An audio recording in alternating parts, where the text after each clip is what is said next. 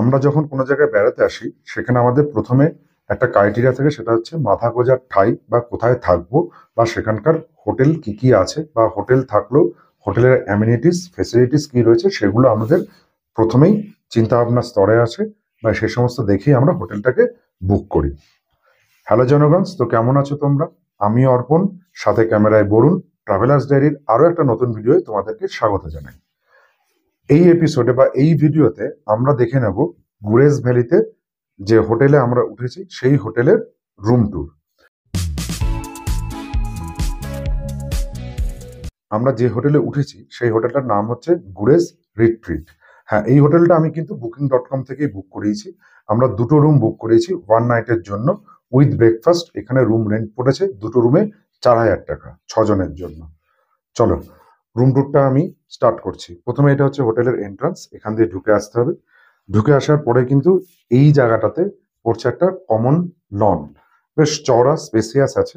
তোমরা এখানটাতে সমস্ত ঘরগুলোর একটা কমন এন্ট্রান্স বলতে পারো। এই জায়গা থেকে বিভিন্ন ঘরে তোমরা যেতে পারো। প্রথম রুমটা হচ্ছে আমার বাঁ হাতে, এর পিছনে হচ্ছে দ্বিতীয় রুম রয়েছে, আর আমার ডান হাতে রয়েছে আর একটা রুম, 3 নম্বর রুম, আর তার পিছনে একটা যেটা রয়েছে সেটা হচ্ছে 4 নম্বর রুম। এখানে এই 4টে রুম নিয়ে হোটেলটা তৈরি রয়েছে। আর এই দরজাটা যদি বলো, এই দরজাটা হচ্ছে একটা পায়খানা বাথরুম। কিসের কারণে এটা পায়খানা বাথরুম? এই প্রথম রুমটাতে কিন্তু কোনো অ্যাটাচ টয়লেটের ফেসিলিটি নেই। এই রুমটার পায়খানা বাথরুম কিন্তু এই বাইরের কমন লনটা দিয়ে হেঁটে এসে এইখানে যেতে হবে। অতএব সেই জন্য এই রুমটার একটা ডিসঅ্যাডভান্টেজ বলতে পারো, এই অ্যাটাচ টয়লেট না থাকার জন্য। চলো আসো আমাদের রুমটা একটু দেখি।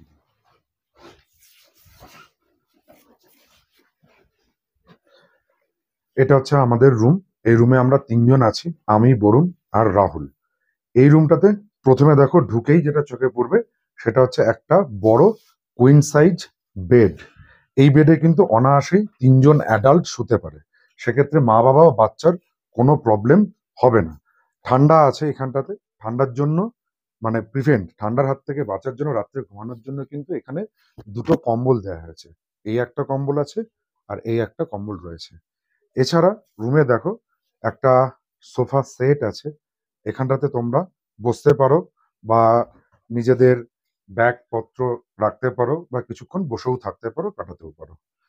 এছাড়া রুমে যেটা রয়েছে দুটো টেবিল আছে। একটা হচ্ছে বেডসাইড টেবিল রয়েছে, ছোট মতন একটা বেডসাইড টেবিল আছে। আর একটা এখানে টেবিল রয়েছে, বাট এখানে কিছু ইন্টেরিয়ার্স এর জিনিসপত্র রাখা আছে। যেমন ধরো এটা একটা রূপোর হুকা কিন্তু এখানে রাখা হয়েছে। আর একটা ঝাঁপি, মানে এগুলো হচ্ছে কাশ্মীরের লোকাল যে ক্রাফট, সেই ক্রাফটের মাধ্যমে কিন্তু এই জায়গাগুলোকে সাজানো হয়েছে। রুমে কোনো কাবার্ড বা অন্য কিছু নেই, এটাও একটা ডিসঅ্যাডভান্টেজ হচ্ছে এই রুমের ক্ষেত্রে। আর আমার পিছনে যেটা আছে সেটা হচ্ছে অ্যাটাচ টয়লেট। চলো টয়লেটে কি কি ফেসিলিটি সেটাও দেখে নিই। দেখো টয়লেটটা কিন্তু মোটামুটি একটা স্ট্যান্ডার্ড সাইজে আছে, খুব ছোটও নয় আবার খুব বড়ও নয়, যথেষ্ট কাজ চালানোর মতন রয়েছে। টয়লেটে ঢুকে দেখো প্রথমেই যেটা চোখে পড়বে সেটা হচ্ছে একটা ওয়েস্টার্ন স্টাইল টয়লেট রয়েছে, ফ্ল্যাশ রয়েছে। আর এখানে আর একটা ডিসঅ্যাডভান্টেজ দেখো, হ্যান্ড শাওয়ার বা জেট ওয়াশার নেই। সেক্ষেত্রে কিন্তু কল আর মগ দিয়ে কাজটা সারতে হবে তোমাদেরকে। এছাড়া এখানে গিজার প্রোভাইড হয়েছে, কল রয়েছে, ঠান্ডা জল গরম জল এখানে তোমরা পেয়েই যাবে। একটা বেসিন রয়েছে, এখানে নিজেরা মুখ টুক ধুয়ে নিতে পারবে। আর বেসিনের উপরে আছে একটা আয়না, এই আয়নাতে তোমরা দেখে বা একটু সাজুগুজু করে নিতে পারো। ঘরের ভেতরে কিন্তু কোনো আয়না বা ড্রেসিং টেবিল নেই। ছোটর মধ্যে এই রুমটা ভালোই, খুব একটা খারাপ নয়। বেসিক অ্যামিনিটিস একটা রুমের মধ্যে যা যা থাকার প্রয়োজন সেই সমস্তগুলো এখানে কিন্তু রয়েছে। সেক্ষেত্রে ড্রেসিং টেবিল বা কাবার্ড যদি থাকে এগুলো আমাদের না হলেও চলে, কারণ আমরা একটা হোটেলের রুমে ওয়ান নাইট বা 2 নাইট স্টে নিই। এবং রুমটাও কিন্তু যথেষ্ট এয়ারি। দুটো জানলা রয়েছে, এখানে একটা জানলা রয়েছে আর একটা ওই সাইডে যথেষ্ট বড় একটা জানলা রয়েছে। পর্দা ফর্দা দিয়ে ঢাকা টাকা সমস্ত কিছু রয়েছে। প্রাইভেসির দিক থেকেও খুব একটা বেশি কিছু প্রবলেম হবে না। দেখো আমরা যে রুমটায় ছিলাম সে রুমটা দেখালাম, এছাড়া আর একটা রুম দেখাচ্ছি যেটা আরেকটুখানি এনরিচ। এনরিচ মিনস হচ্ছে এটাতে কিন্তু বেশ কিছু জিনিসপত্র একটু এক্সট্রা আছে। দেখো এখানে কাশ্মীরি স্টাইলের একটা খাট পাবে। এই খাটটা কিন্তু আর ৫টার মতো উঁচু নয়, একটু নিচু। তাহলেও এখানে ৩ জন অ্যাডাল্ট ভালোভাবে শুতে পারে। এই ক্ষেত্রেও ২টো জানলা রয়েছে। আর রুমের ভেতরে দেখো অনেক বড় একটা কাবার্ড রয়েছে। আর এই রুমটাতে ড্রেসিং টেবিলও একটা কিন্তু প্রোভাইড হয়েছে। মানে এখানে একটা মিরর আছে। আর এখানে একটা ঘোড়ার পিঠে বসার মতন যেরকম হয়, সেরকম একটা টুল দেয়া রয়েছে এখানে বসে সাজুগুজু করার জন্য। আরেকটা প্লাস পয়েন্ট এখানে রয়েছে। সেই প্লাস পয়েন্টটা যেটা আছে সেটা হচ্ছে এখানে কিন্তু টিভি প্রোভাইড হয়েছে। এই রুমটাতে এছাড়াও কিন্তু রুমের ইন্টেরিয়রটা যথেষ্ট ভালো। একটা ওয়াল হ্যাঙ্গিং রয়েছে, বেশ কিছু মাছ ধরার ছিপ-টিপ দিয়ে সুন্দরভাবে সাজানো হয়েছে। আরো প্লাস পয়েন্ট হচ্ছে এই জায়গাটা দেখো, এই রুমগুলো কিন্তু পুরো এই রুমটার ক্ষেত্রে উডেন ওয়াল রয়েছে। মানে আরেকটু বেশি ওয়ার্ম তোমরা পাবে। আর সোফা সেট রয়েছে। সোফা যেটা রয়েছে সেটা একটা সিঙ্গেল সোফা রয়েছে। এখানটাতে তোমরা জাস্ট বসতে পারো, নিজেদের মধ্যে বসে একটু গল্পগুজব করতে পারো। একটা সিঙ্গেল সোফা এখানে প্রোভাইড করা হয়েছে এই রুমটার ক্ষেত্রে। এছাড়াও এই রুমটাতে দেখো ২টো জানলা ওই রুমটার মতনই রয়েছে। একটা জানলা এইখানে রয়েছে। এখানেও পর্দা দিয়ে জানালাটা ঘেরা আছে। আরেকটা জানলা ঠিক খাটের মাথার দিকটাতে রয়েছে আরেকটা জানলা। এই যে রুম দুটোর একটা প্লাস পয়েন্ট হচ্ছে আমরা যে রুমটায় আছি আর এই রুমটায় যেটা আছে প্লাস পয়েন্ট হচ্ছে এই জানলাগুলো দিয়ে কিন্তু বাইরের কিছুটা ভিউ উপভোগ করা যায়। বাট এখন রাত হয়ে গেছে, বাইরেটা কিছু দেখা যাচ্ছে না। এটা হচ্ছে এই রুমটার বেসিক যে অ্যামেনিটিস সবকিছু রয়েছে। কিন্তু এই রুমটার ডিসঅ্যাডভান্টেজ আমি বলেছি, এটাতে কোনো অ্যাটাচ টয়লেট নেই।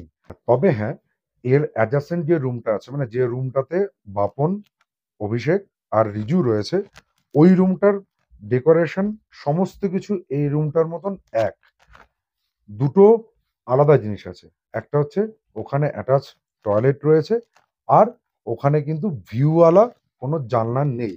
নট অনলি দ্যাট, এই যে গুরেজ রিট্রিট, এই হোটেলটা কিন্তু বেশি দিনের জন্য নেই। এটাকে তারা অ্যাবলিশ করবে, কারণ এর পাশেই গুরেজ রিট্রিট গুরেজ ভ্যালির সবথেকে বড় হোটেল ওনার তৈরি করছে।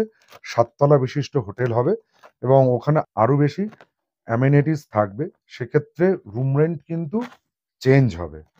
এছাড়াও যদি তোমরা যে ভাববো যে তোমরা টেন্টে কাটাতে চাও, তাহলে সেক্ষেত্রে এখান থেকে মানে এই যে সামনে যে আমরা নদীটা দেখলাম কিষানগঙ্গা নদী, সেই কিষানগঙ্গা নদীর ব্রিজটা পার করে ওপাশের রাস্তা ধরে ১ কিলোমিটার গেলে এদের গুরেজ রিট্রিট নামেও অনারের একটা লাক্সারিয়াস টেন্ট শেল্টার আছে। সেখানে খাওয়া-দাওয়ার ব্যবস্থা সবকিছুই রয়েছে। সেখানে চাইলে তোমরা টেন্টেও থাকতে পারো। টেন্টগুলো কিন্তু অ্যাটাচ টয়লেট দিয়েই থাকছে। হ্যাঁ, তবে টেন্টগুলোর রেন্ট একটু হাই। টেন্টগুলোর রেট হাই মানে হচ্ছে ওখানে ট্রিপল শেয়ারিং যদি টেন্ট নাও, সেক্ষেত্রে তোমাদের পার নাইট 4000 রুপিস করে দিতে হবে। ৪,০০০ টাকা করে পড়ছে। বাট এখানে আরেকটাও এই ৪,০০০ টাকার ভেতরে কিনা ৩ জনের ডিনার আর ব্রেকফাস্টটা ইনক্লুড থাকছে। এটা একটা প্লাস পয়েন্ট বলতে পারো। কারণ ডিনারের খরচটা বেঁচে যাচ্ছে। ইনফ্যাক্ট আমরাও ওখানেই গেছিলাম ডিনার করতে। ডিনারে ওখানে বুফে সিস্টেমে খাওয়ানো হয়। আ ভেজ, নন-ভেজ ২ টো অপশনই থাকে। যে যার মতন চয়েস করে সেখানে খেয়ে নিতে পারো। এই হচ্ছে গুরেজ রিট্রিটের গল্প। গুরেজ রিট্রিটে অনারের ফোন নাম্বার বা বুকিং এর জন্য যে ফোন নাম্বারে কথা বলতে হবে, সেই ফোন নাম্বার কিন্তু এই জায়গাতে দেয়া রয়েছে। এখানে তোমরা ফোন করে ডিরেক্ট অনারের সঙ্গে কথা বলে হোটেল বুক করে নিতে পারো যখন তোমরা গুরেজে আসবে। এই পর্বে এইটুকুই। যদি ভিডিওটা ভালো লাগে তাহলে আমাদের চ্যানেল ট্রাভেলার্স ডায়েরিকে সাবস্ক্রাইব করো, পাশে থাকা বেল আইকনটিকে প্রেস করো সবার আগে নোটিফিকেশন পাওয়ার জন্য। লাইক করো, শেয়ার করো, কমেন্ট করো। টাটা।